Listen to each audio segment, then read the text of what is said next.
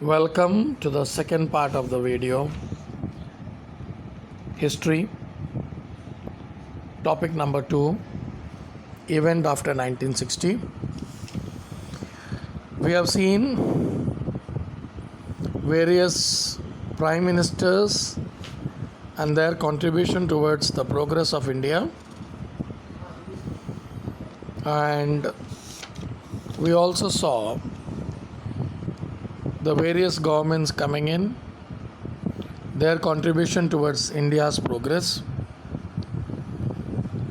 And in 1980s we saw the major events that have taken place in India. We saw the Sikhs in Punjab asking for an independent state of Khalistan. We also saw the Liberation Front of Assam, United Liberation Front of Assam, carried out major movements in northeast India. We saw contribution of Rajiv Gandhi in 1984. His several reforms in the field of Indian economy and science and technology. Then his contribution towards promoting an idea of united Sri Lanka and internal autonomy to Tamil community, but his efforts were in vain. Then there were several charges against him. One of the charges was a corruption during the defense equipment deal, especially the purchase of long range cannons from foreign countries called Bofors. Then we saw after him several other prime ministers came in. VP Singh of Janata Dal. Then we saw Chandrasekhar in the year 1990. Then in 1991, during the election campaign, LTT assassinated Mr. Rajiv Gandhi. Then we saw Kashmir issue, where Kashmiri Pandits were forced to leave the valley. Later on, this problem went on increasing day by day and it taken in the form of terrorism. Now, my dear students, we will see what are the other major changes occurred after 1991. After 1991, there were several changes in the history of world as well as India. Soviet Union disintegrated into several different small countries and the Cold War came to an end. And America was only one country which was considered to be a superpower in the world. Now, I'm not going to speak about America. Let me come back to India. In India, government under the leadership of P.V. Narasimha Rao initiated many things in Indian economy.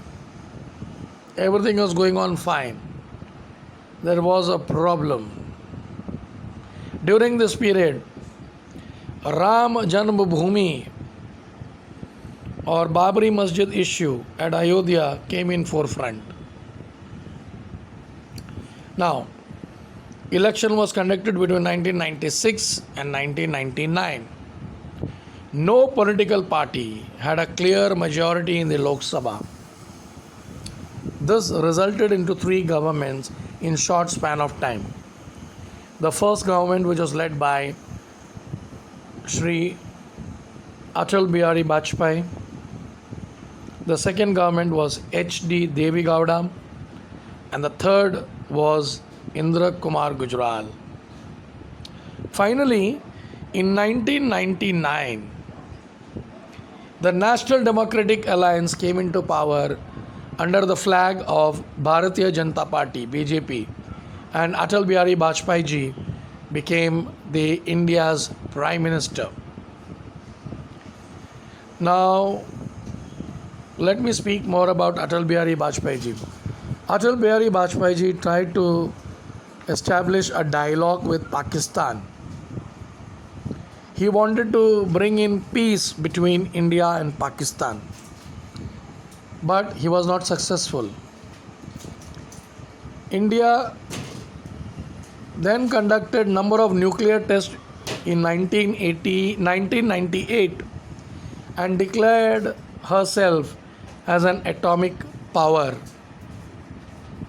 a country with an atomic power. In 1999, there was another war between India and Pakistan, and that war was called as Kargil War. And this Kargil War was, the issue was the Kashmir issue, where again India defeated Pakistan.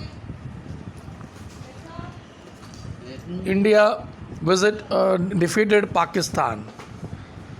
Now you can see Indian economy now. We will focus on Indian economy. Now when I speak of Indian economy, right from the independence, the modernization of the economy or economic self-sufficiency and the social justice has been the characteristics of Indian economy. India wanted to acquire modernity and self-reliance by establishing industries. We wanted to establish an economy based on social justice through planning. For this, National Planning Commission was established that would coordinate with the development through the policies of 5-year plan.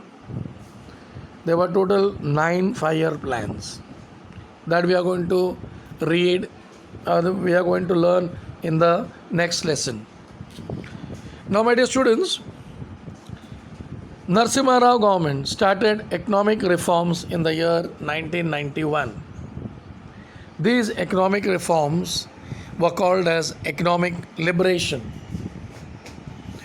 Indian economy flourished as the result of the implementation of this policy. The foreign investment in India increased. Skilled Indian professionals helped to reform Indian economy. The field of information technology opened several avenues of employment in the country. The changes after 1991 are also described as globalization. Now let me speak about science and technology. 2 major events must be mentioned while describing India's efforts towards self-reliance. Dr. M.S. Swaminathan is known as the father of Green Revolution in the year 1965. He implemented new scientific agricultural techniques that increased the production of food grain. The experiment in the cooperative dairy movement by Dr. Verghese Kurian lead to increase of milk production in India. This is also called as White Revolution. India made a lot of progress in the field of atomic energy and space research. Dr. Homi Bhabha laid the foundation of Indian atomic power program. India insisted on using atomic energy for peaceful purpose like generation of electricity, pharmaceuticals and defense. India has achieved considerable progress in the space technology as well. In the year 1975, the first satellite of Aryabhatta was launched. Today, India has successful space programs and many satellites have been launched under this program. India has made considerable advancement in the telecom sector. Now, what are the various changes in the social field? Now, along with economical, or along with the economy, along with the political, there are several changes made even socially in India. During this period, there were several major changes in the social field in India. Some of the social changes are related to the issue of empowerment of women, and others are related with the policies of regarding uplift of deprived sections of the society. When I say deprived section of the society, I mean scheduled caste and scheduled tribe. To promote all-round development of women and children, a separate department of women and child development was created in 1985 under the Ministry of Human Resource and Development. Some laws were made to ensure social justice to women and to help the implementation of various schemes in this direction. They include Prohibition of Dowry Act, where giving dowry and taking dowry both are illegal. Equal Remuneration Act as per 73rd and the 74th Amendment of the Constitution. Some seats, not some seats, 50% of the seats should be reserved for women in local self-government bodies. According to the maker of Indian Constitution, some constituents of Indian society were deprived of dignity and equal opportunity due to caste system. The Kakasaheb Kalekar Commission was set up in 1953 to make recommendations so as to improve their condition, especially scheduled caste and scheduled tribe.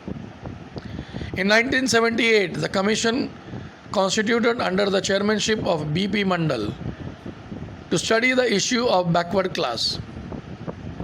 The policy of reservation was adopted in order to strengthen the representation of the backward section in various services and institutions. The government passed a Prevention of Atrocities Act in 1989 to enable those belonging to scheduled caste and scheduled tribe to live in dignity and respect, free from fear of violence, oppression, and from the upper class. It's very simple. The Prevention of Atrocities Act in 1989 was passed, where the rights were given to the scheduled caste and scheduled tribes, where they could live freely in society without any fear. Now, globalization. Now, when I speak of globalization brought many changes in different fields like economy, politics, science and technology, society and culture. We have discussed some of these in the above paragraphs. India has emerged as an important country on the global scene in different spheres. India is an important member of international organizations like G20 and BRICS. Now, my dear students,